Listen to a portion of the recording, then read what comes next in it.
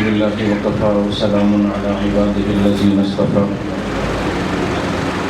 الحمد لله وحده والصلاة والسلام على من لا نبي بعده ولا رسول بعده ولا معصوم بعده ولا أمة بعد أمتي ولا كتاب بعد كتابي أما بعد أعوذ بالله من الشيطان الرجيم بسم الله الرحمن الرحيم قل لو شاء الله ما تلوته عليكم ولا أدراكم به وقد لبثت فيكم عمرا من قبله أفلا تعقلون سبحانك لا علم لنا إلا ما علمتنا إنك أنت العليم الحكيم اللهم صل على محمد في أول كلامنا اللهم صل على محمد في أوسط كلامنا اللهم صل على محمد في آخر كلامنا درود شریف پڑھ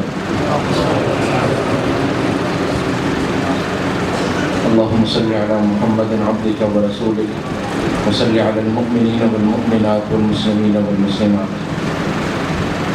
سب سے بڑی نیکی ہے امام الانبیاء صلی اللہ علیہ وآلہ وسلم صلی اللہ علیہ وآلہ وسلم صلی اللہ علیہ وآلہ وسلم کا تذکرہ کرنا اور سننا.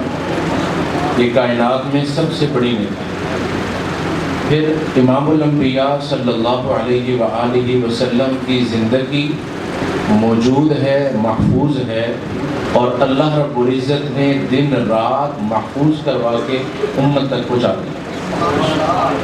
کائنات میں سب سے زیادہ جس ہستی پر لکھا گیا ہے وہ آپ کی ذات ہے، جو پڑھا گیا ہے وہ آپ کی ذات ہے، جو بیان ہوا ہے وہ آپ کی ذات ہے. اور اس وقت اس امت کی یہ بڑی قربانی ہے کہ 30,000 کتب صرف امام الانبیاء صلی اللہ علیہ وآلہ وسلم کی ذات اقدس پر لکھی ہوئی امت کے پاس موجود ہے. جو کام آپ نے زندگی میں ایک دفعہ بھی کیا وہ بھی امت تک پہنچا.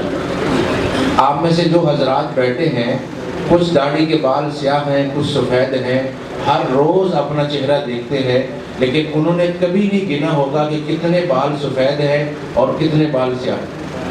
لیکن اگر آپ کسی حدیث کے طالب علم سے پوچھیں گے تو یہ بھی آپ کو بتائے گا کہ امام الانبیاء صلی اللہ علیہ وآلہ وسلم کی حیات طیبہ میں آپ کی داڑھی کے 20 بال صرف سفید. تو آپ کی زندگی موجود ہے، محفوظ ہے، امت کے پاس ہے. اب جو بات سمجھنے کی ہے وہ یہ ہے، آپ کسی غیر مسلم سے سوال کریں کہ مسلمانوں کے نبی کا نام کیا ہے تو وہ بتائے گا حضرت محمد صلی اللہ علیہ وسلم. آپ کسی غیر مسلم سے یہ سوال کریں کہ مسلمانوں کی کتاب کا نام کیا ہے وہ بتائے گا قرآن پاک. غیر مسلم آپ کا نام بھی بتائے گا اور مسلمانوں کی کتاب کا نام بھی بتائے گا.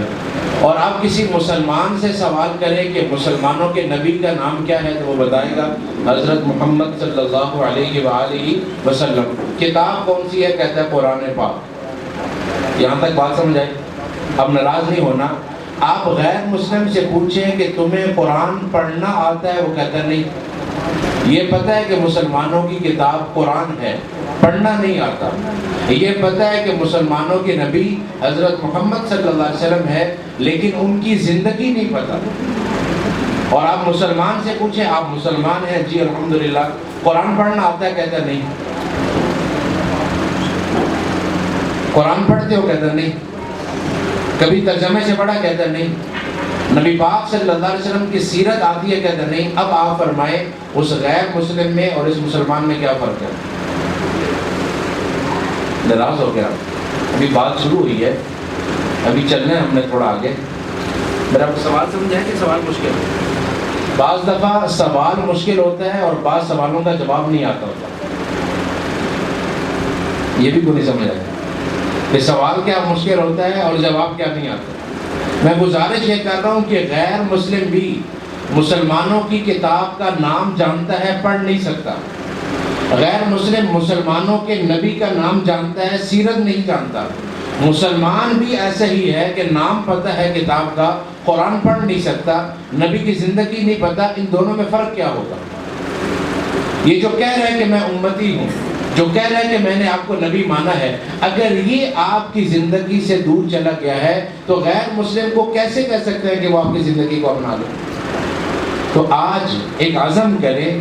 آپ جو حضرات تشریف فرما ہے، کسی کی زندگی میں 10 دفعہ ربیع الاول آیا، 20 دفعہ آیا، 40 دفعہ آیا، 50 دفعہ آیا، لیکن زندگی میں تبدیلی نہیں آئی، زندگی میں سنت نہیں آئی، سنت کے مطابق زندگی نہیں بنی. تو اتنے سارے ربیع الاول آنے کے بعد، اتنے سارے بیانات ہونے اور سننے کے بعد بھی اگر میری زندگی میں انقلاب نہیں آیا تو پھر سوچئے کیا چیز مجھے صحیح راستے پر لا سکتی. تو پہلا عزم تو یہ کریں، یہ پہلا پروگرام ہے اس دفعہ کے ربیع الاول میں. آپ جس پروگرام میں بیٹھیں گے وہاں نبی پاک صلی اللہ علیہ وآلہ وسلم، صلی اللہ، بار بار کہتے ہوئے اچھا نہیں لگ رہا ہوتا، کہہ لیا کریں صلی اللہ علیہ وآلہ وسلم. آپ کی زندگی کا جو حصہ سامنے آئے گا، آپ کی جو سنت سامنے آئے گی، میں بحیثیت مسلمان ہونے کے اللہ سے مانگ کر یہ عزم کرتا ہوں کہ انشاءاللہ میں اس پہ عمل کروں. اس کے علاوہ اور کیا زندگی ہو سکتی ہے جس زندگی کو اللہ فرما رہے لَقَدْ كَانَ لَكُمْ فِي رَسُولِ اللَّهِ أُسْوَةٌ حَسَنَةٌ، میں نے اپنے نبی کی زندگی تمہارے لیے نمونہ بنایا. کوشش کریں گے انشاءاللہ. اب آ جائیں عنوان کی طرف، ایک دفعہ درود شریف پڑھیں. اللہم صلی علی محمد عبدک ورسولک وصلی علی المؤمنین والمؤمنات والمسلمین والمسلمات. 3 لفظ آپ نے یاد کرنے ہیں. پہلا لفظ انسان، انسان. دوسرا لفظ ہے مسلمان، اور تیسرا لفظ ہے امتی. پہلا لفظ کیا ہے؟ انسان، دوسرا مسلمان، اور تیسرا امتی. یہ 3 نسبتیں ہم سب کی ہیں جو اس وقت یہاں تشریف فرما ہے. ہم الحمدللہ انسان ہیں، مسلمان ہیں اور امتی ہیں.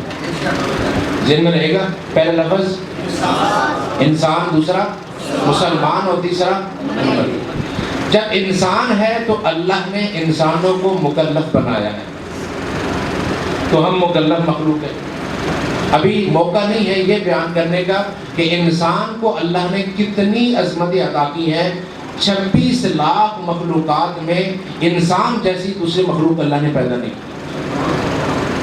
پھر اندازہ کریں، آپ کے لیے اللہ فرماتے ہیں خلقتہ بیدی، میں نے اپنے ہاتھوں سے پیدا کیا. وَنَفَخْتُ فِيهِ مِن رُوحِي، میں نے اپنی روح پھونکی ہے. نسبت دیکھیے اللہ رب العزت انسان کو کیسی عزت سے نواز رہے ہیں کہ میں نے ہاتھوں سے بنایا، میں نے اپنے روح پھونکی، اور پھر فرشتوں کو حکم دیا تم اپنی عبادت کر رہے تھے، مجھے راضی کر رہے تھے، لیکن جب میں انسان کو بنا دوں اب تمہارا کام یہ ہے اس انسان کو سجدہ کرنا. تو پہلی لفظ کیا ہے؟ پہلا لفظ انسان. انسان ہونے کے حوالے سے ہم کیا ہیں؟ مکلف. دوسرا لفظ مسلمان. جب ہم مسلمان ہو گئے تو ہم شریعت کے پابند ہوئے. ہم نے یہ عزم کیا کہ کلمہ پڑھنے کے بعد اب میری مرضی ختم. یا ایھا الذین آمنوا ادخلوا فی السلم کافہ، اسلام میں اب پورے کا پورا داخل ہونا ہے. تیسرا لفظ کیا ہے؟ امتی. ہماری نسبت کس کے ساتھ ہے؟ محمد عربی صلی اللہ علیہ وآلہ وسلم کے ساتھ. ایک مسلمان کی عزت یہ ہے کہ امام الانبیاء صلی اللہ علیہ وسلم بیت اللہ سے خطاب کر کے فرماتے ہیں تجھ پہ اللہ کی 120 رحمتیں آ رہی ہیں. زمین پہ سب سے پہلے اللہ نے تجھے بنایا، اللہ نے تیرا طواف کرنے کا حکم دیا، لیکن اس ذات کی قسم جس نے مجھے نبی بنایا، ایک مسلمان کی عزت اس سے زیادہ ہے. حضرت نانوتوی رحمۃ اللہ علیہ نے لکھا ہے اگر ایک مسلمان، ایک کلمہ پڑھنے والا قیامت والے دن یہ حق رکھتا ہے اللہ کے سامنے کہ وہ ساری انسانیت کی سفارش کرے، اللہ سب کو جنت میں داخل کرے. ایک مسلمان کی عزت. اور اگلا لفظ امتی. نبی پاک صلی اللہ علیہ وسلم نے فرمایا 120 صفحے ہوں گی اہل جنت کی اور 80 صفحے میری امت کی ہوں گی. اب اس امت کی شان پر بہت ساری احادیث، وہ انشاءاللہ پھر کسی موقع پر. تو 3 لفظ، پہلا لفظ انسان، دوسرا مسلمان، اور تیسرا امتی. اب جب ہم مسلمان ہیں، انسان ہیں، امتی ہیں، تو 3 نسبتیں آ گئی. ہم مکلف ہیں، ہم شریعت کے پابند ہیں، ہم محمد عربی صلی اللہ علیہ وسلم کے غلام. ہم مکلف ہیں، ہم شریعت کے پابند ہیں، اور ہم نبی کریم صلی اللہ علیہ وسلم کے غلام ہیں. مکلف ہونے سے اللہ نے سوال کرنا ہے، مسلمان ہونے سے میں نے شریعت کو عمل کر کے اللہ کو دکھانا ہے، اور امتی ہونے سے سب سے زیادہ محبت کائنات میں اگر کسی سے ہے تو محمد عربی صلی اللہ علیہ وسلم سے کرتے ہیں۔ یہاں صرف دو باتیں سمجھیے گا جلدی سے۔ پہلی بات، قرآن میں اللہ نے فرمایا النبی اولا بالمؤمنین من انفسہم، میرا نبی ایمان والوں پر ان کی جان سے زیادہ حق رکھتا ہے۔ میرا نبی ایمان والوں پر ان کی جان سے زیادہ۔ علامہ خالد محمود صاحب رحمۃ اللہ علیہ فرماتے ہیں اس کا مطلب کیا ہے؟ کہا اس کا مطلب یہ ہے تمہیں اپنے آپ کو جاننا اتنا ضروری نہیں ہے جتنا اپنے نبی کو جاننا ضروری ہے۔ اپنے آپ کو نہیں جانتے کوئی مسئلہ نہیں، آپ سے کوئی پوچھے آپ کون ہے، کہو مجھے نہیں پتا، آپ کا نام کیا ہے، کہو مجھے نہیں پتا، بڑے سے بڑا فتویٰ یہ ہے کہ یہ بندہ پاگل ہے، اسے اپنا نہیں پتا۔ لیکن اگر یہ سوال ہو کہ محمد عربی صلی اللہ علیہ وسلم کون ہے، کہیں نہیں پتا، کافر ہو جاتا۔ تو اپنی جان سے زیادہ کس کو پہچاننا ہے؟ نبی پاک صلی اللہ علیہ وسلم کو۔ اور دوسری آیت اللہ نے 8 رشتے گنا کر فرمایا احب الیکم من اللہ ورسولہ، سب سے زیادہ محبت اللہ سے کرنی ہے، اللہ کے رسول سے کرنی ہے۔ ماں باپ سے، اولاد سے، اپنے گھر سے، اپنی تجارت سے، اپنے کام سے سب سے زیادہ محبت کس سے ہوگی؟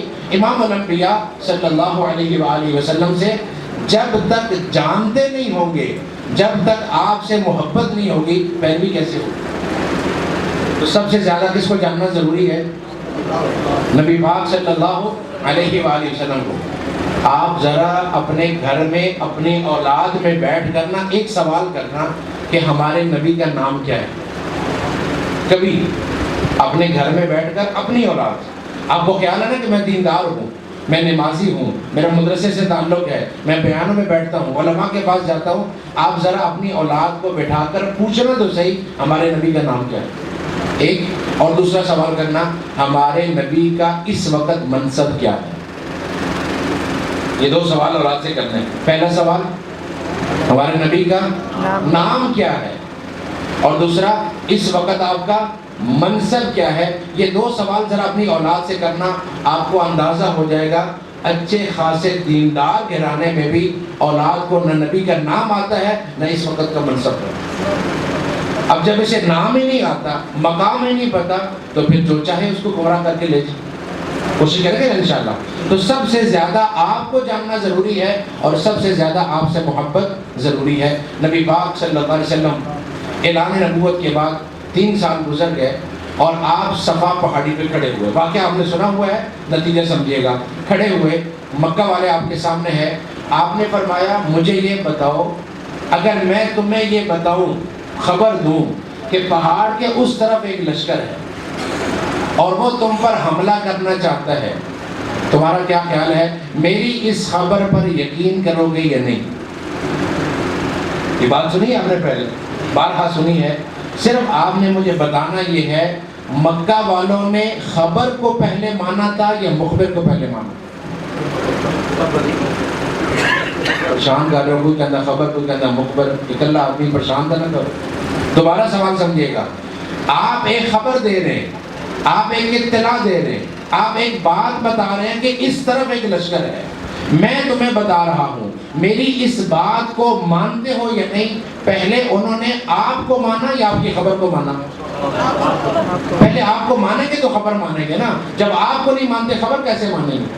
آپ نے اپنا آپ پیش کیا، ان کے سامنے کھڑے ہوئے، فرمائے فقد لبثت فیکم عمرا من قبلی، 40 سال میں تم میں گزار چکا ہوں۔ کتنے؟ 40 سال۔ میرا بچپن تمہارے سامنے ہے، لڑکپن تمہارے سامنے ہے، جوانی تمہارے سامنے ہے، میں 40 سال گزار چکا ہوں۔ آج 40 سال کے بعد میں تمہیں ایک بات بتانے لگا ہوں کہ پہاڑ کے اس طرف ایک لشکر ہے اور وہ تم پہ حملہ کرنا چاہتا ہے، بتاؤ میری خبر کو مانو گے یا نہیں؟ مکہ والے کہتے ہیں ہم نے جتنی دفعہ بھی تجربہ کیا آپ کو سچا ہی جانا، ہم آپ کو مانتے ہیں اور پھر آپ کی خبر کو بھی مانتے ہیں۔ یہ بات آپ نے پہلے سنی ہے، اب نتیجہ سمجھیے گا۔ ان 40 سالوں میں کیا کیا تھا آپ نے کہ آپ اپنا آپ پیش کر رہے ہیں اور مکہ والے آپ کو قبول کر رہے ہیں؟ 40 سال ہیں، 1-2 دن کی بات نہیں۔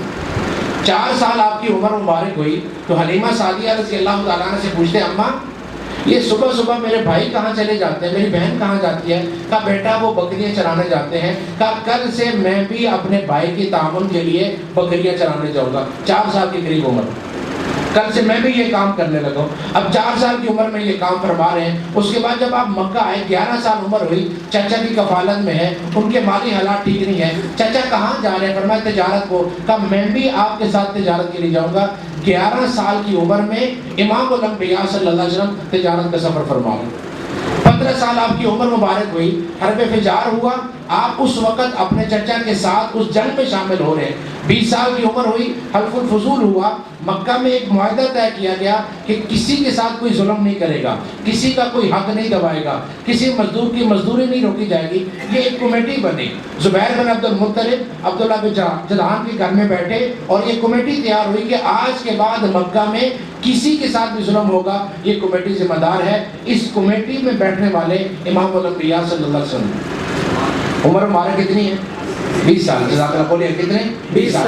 25 سال آپ کی عمر ہوئی، آپ نکاح فرماتے ہیں، اور اس سے پہلے آپ 2 دفعہ تجارت کے لیے سامان لے جا چکے ہیں۔ اور میسرہ کہتے ہیں تاجر ایسے کرتے تھے کہ سامان لے کے جاتے تھے، چیز بھیجتے تھے، پیسے لے کے واپس آ جاتے تھے۔ لیکن میں نے پہلا تاجر دیکھا، امام الانبیاء صلی اللہ علیہ وسلم یہاں سے سامان اٹھاتے ہیں، وہاں جا کے بیچتے ہیں، وہاں سے سامان لا کے پھر یہاں آ کے بیچتے ہیں، یہاں بھی کما رہے ہیں، وہاں بھی کما رہے ہیں۔ طلحہ بن عبید اللہ رضی کے غلام کہتے ہیں میں نے پہلا تاجر دیکھا، تجارت میں جھوٹ نہیں ہے، تجارت میں دھوکہ نہیں ہے، تجارت میں جھگڑا نہیں ہے، تجارت میں کسی کی عزت کے ساتھ کھیلنا نہیں ہے، یہ پہلا تاجر دیکھا۔ حضرت صاحب رضی اللہ عنہ جب کلمہ پڑھنے آئے تو صحابہ نے تعارف کروایا، یا رسول اللہ صلی اللہ علیہ وسلم یہ بہت بڑے تاجر ہیں، بڑی تجارت کرتے ہیں۔ تو صاحب کہنے لگے چپ کرو، میں تم سے زیادہ تمہارے نبی کو جانتا ہوں اور تمہارے نبی مجھ سے زیادہ مجھے جانتے ہیں۔ کہا کلمہ آج پڑھ رہا ہوں، مانا پہلے تھا، میں نے تجارت میں مان لیا تھا۔ تو آپ کی تجارت ان کے سامنے ہے، آپ کا نکاح ان کے سامنے ہے، آپ کا جنگ میں شامل ہونا ان کے سامنے ہے، آپ کا معاہدے میں بیٹھنا ان کے سامنے ہے۔ 35 سال عمر مبارک ہوئی، بیت اللہ کی تعمیر ہو رہی ہے۔ آپ نے بارہا واقعہ سنا ہے، مکہ والے تلواریں نکال چکے ہیں، فرمایا ٹھہرو، ایسا کرتا ہوں میں چادر بچھا دیتا ہوں، حجر اسود رکھتا ہوں، تم سارے اٹھا لو اور آرام سے حجر اسود نصب کر لیتے ہیں، جھگڑے والی کیا بات۔ یہ 35 سال تک ہم پہنچ آئے، بکریاں چرانا، تجارت میں جانا، حلف الفضول میں بیٹھنا، پھر اس کے بعد شادی فرمانا، تجارت کرنا، بیت اللہ کی تعمیر میں۔ یہ زندگی آپ ایسا نہیں ہوا کہ آپ ایک خیمے میں بیٹھے تھے، ایک کمرے کے اندر بیٹھے تھے، ایک غار میں بیٹھے تھے، آپ کا کسی سے کوئی تعلق نہیں، آپ کا مکہ والوں سے تعلق ہے۔ بیت اللہ کی سائے میں آپ بیٹھے ہیں، ایک بندہ آیا، مکہ کے سرداروں سے کہنے لگا ابو جہل نے مجھ سے اونٹ لیا ہے، پیسے نہیں دے رہا۔ اب کون ابو جہل کے پاس جائے، کون اس سے پوچھے؟ ایک کے پاس، دوسرے کے پاس، تیسرے کے پاس، جب کوئی نہیں مانا، کوئی نہیں اٹھا، تو ایک نے شرارت کی، کہا وہ جو بندہ بیٹھا ہے نا، نبی پاک صلی اللہ علیہ وسلم کی طرف اشارہ کیا، وہ جو بیٹھا ہے نا ان کے پاس جاؤ، وہ تمہیں حق دلوائیں گے۔ اس نے شرارت کی۔ اب سارے انتظار کر رہے ہیں دیکھو کیا ہوتا ہے۔ اور نبی پاک صلی اللہ علیہ وسلم کے پاس آیا کہ جی ابو جہل میرے اونٹ کی قیمت نہیں دے رہا، فرمایا چلو ابھی چلو میرے ساتھ۔ آئے، دستک دی، ابو جہل باہر نکلا، فرمایا کیا وجہ، پیسے نہیں دے رہے؟ کہ جی ابھی لایا، اندر کیا پیسے پکڑا دیے۔ سردار حیران